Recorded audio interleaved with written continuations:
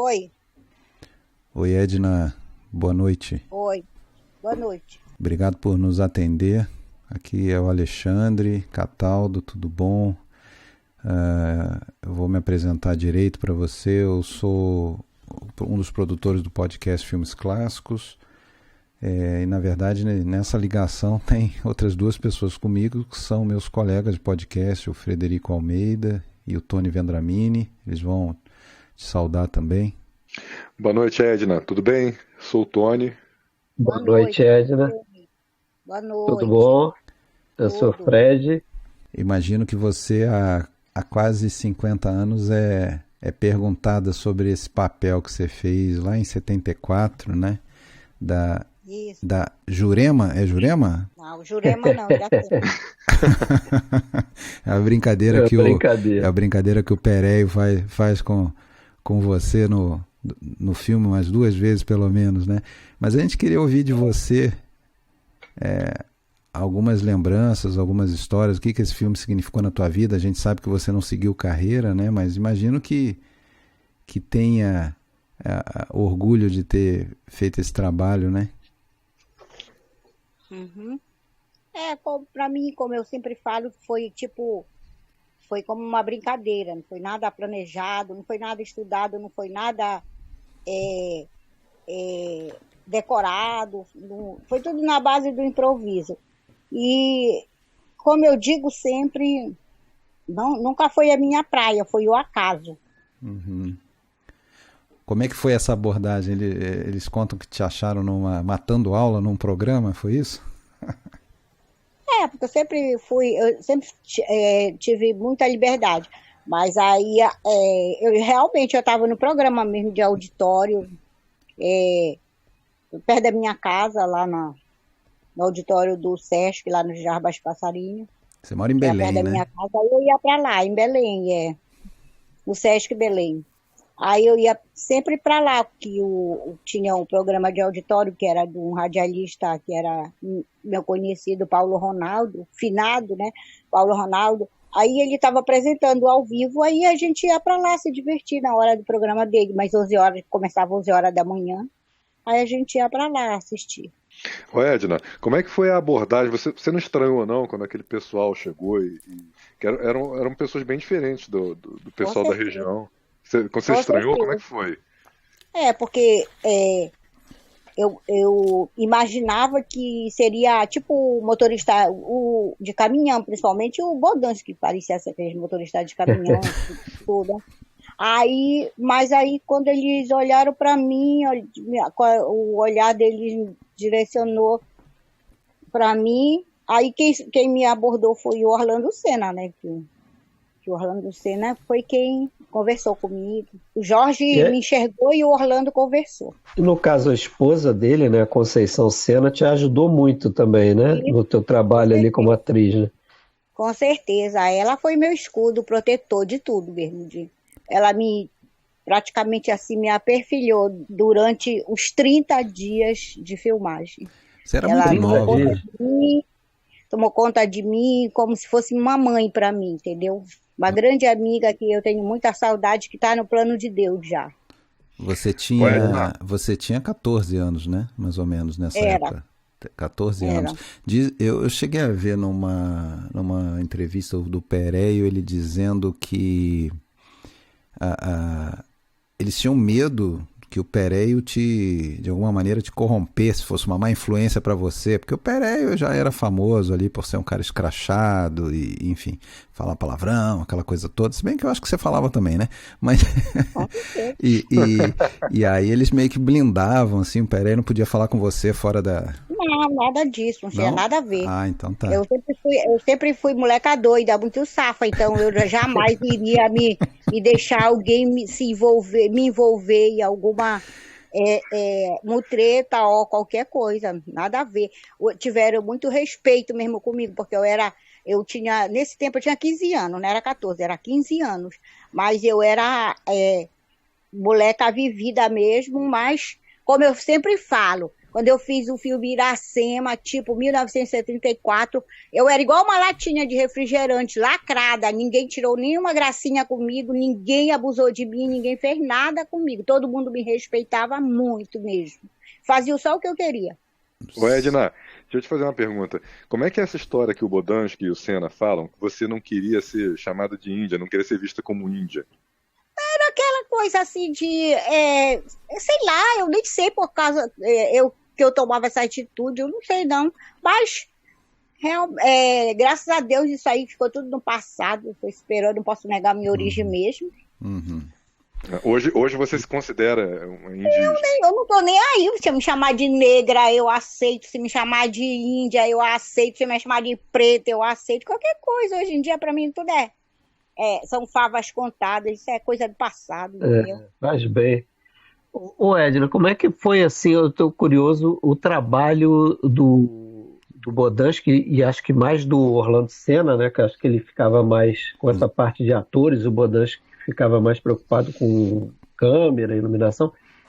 Como é que era assim o trabalho com os atores, né? Porque a gente vê no filme que você tem ali mais ou menos 3 tipos de atores, vamos colocar assim, né? A gente tem o Pereio, que é um ator profissional, treinado, né? Para isso. Você tem, no seu caso, uma pessoa que não é uma atriz, mas que está se passando por um personagem, né? Você está interpretando o personagem de uma prostituta. E você tem ali alguns outros atores, vamos dizer assim, que são pessoas que a gente claramente percebe que são pessoas da região que estão sendo entrevistadas para dar o comentário sobre algumas coisas que aconteciam naquela época, né? Envolvendo a Transamazônica.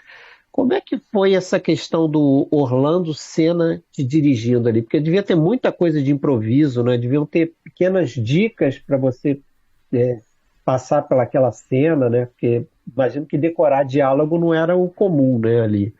Não tinha nada a ver, até porque não tinha nem tempo quase para fazer essas coisas. Era tudo na base do improviso mesmo. Se tinha que olha, tu vai subir ali no caminhão, peraí, vai te botar para fora e tu vai rasgar o verbo com ele. Aí era isso que eu tinha que fazer. Aí vocês seguiam, né? Eu ia, fazia o que ele mandava, entendeu? Ele só dava a dica e eu tinha que me virar nos 30, né? Era improviso em cima da situação passada, né? Isso. Então aquela... Mas você se adaptou muito bem, né? Porque tem várias cenas ali que você improvisa. Né? Agora... Eu acho que devido assim, devido à minha convivência, como eu sempre digo, tive muita liberdade. Minha mãe nunca me prendeu para nada, eu sempre fiz o que eu quis. Aí a vivência vai te dando experiência. Sim. Agora, uma dúvida assim aquela parte inicial do filme, não sei se foi, acho que foi filmado meio que na sequência mesmo, que depois... Então, no início do filme, a Iracema é uma menina que está vindo lá do Igarapé, então a gente até supõe que ela não tem muita... Não tenha nunca nem ido a Belém, né? Quando ela está no barco, indo para o Sírio, lá com aquele vestidinho e tal...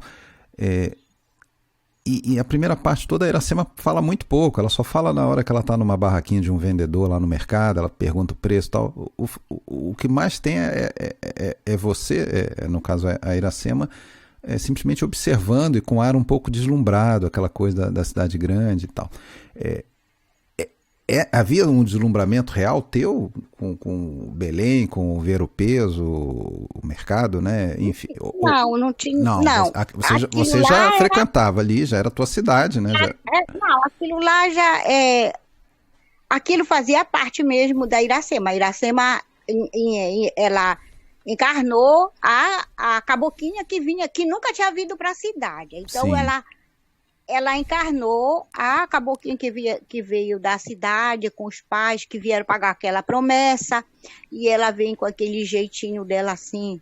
Você encarna muito bem, né? Porque a gente gerou até essa dúvida, assim, a Edna de Cássia realmente estava deslumbrada em ver aquele agito? Não, aquilo você já conhecia, então você passa muito bem a impressão de que está... Não, porque eu sempre fui totalmente urbana, sempre morei no centro da cidade, entendeu? Uhum. Então Eu nunca morei para subúrbio, eu sempre morei no centro da cidade. Então, aquilo lá foi realmente, olha, a Iracema é a menina lá do interior que nunca veio da cidade, que vai vir agora com os pais para pagar a promessa. Daí, o que vai acontecer é que ela vai se perder da família e vai encontrar pessoas que vão Sim. induzir ela para o caminho errado, entendeu? Aí foi o que aconteceu com ela. Sim.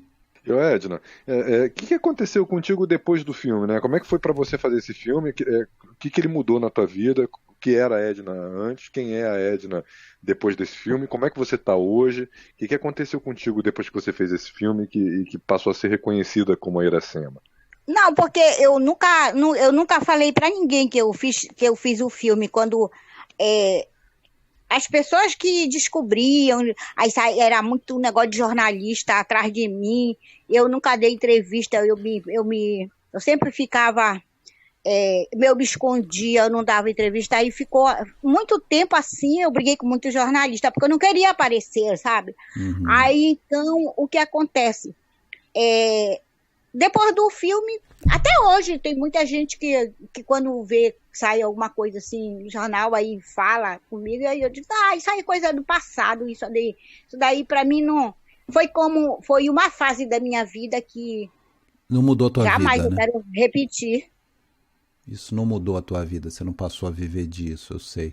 Não, Mas não, você... nem era a minha intenção também, nem foi a minha intenção de Não houve nenhuma viver. tentativa de você fazer outros filmes e tal? Porque eu sei que Não. você foi morar um tempo acho que no Rio com Não, Orlando e Conceição, né? eu fui passear por você lá, foi mas só não passear. pra... Tá, não pra morar, nem pra ficar Entendi. pra lá, não. Que Entendi. jamais eu quero ficar por lá. Eu quero ficar aqui no meu lugar mesmo, é aqui que eu gosto. tá certo. E aí, mais alguma pergunta, pessoal? Deixa eu fazer uma última pergunta só, porque é uma impressão que passa quando a gente está assistindo o filme. É Sim. que, como era tudo muito, muito improvisado, os diálogos eram improvisados, o Orlando e o Jorge simplesmente mandavam você ir lá interagir com o Péreio.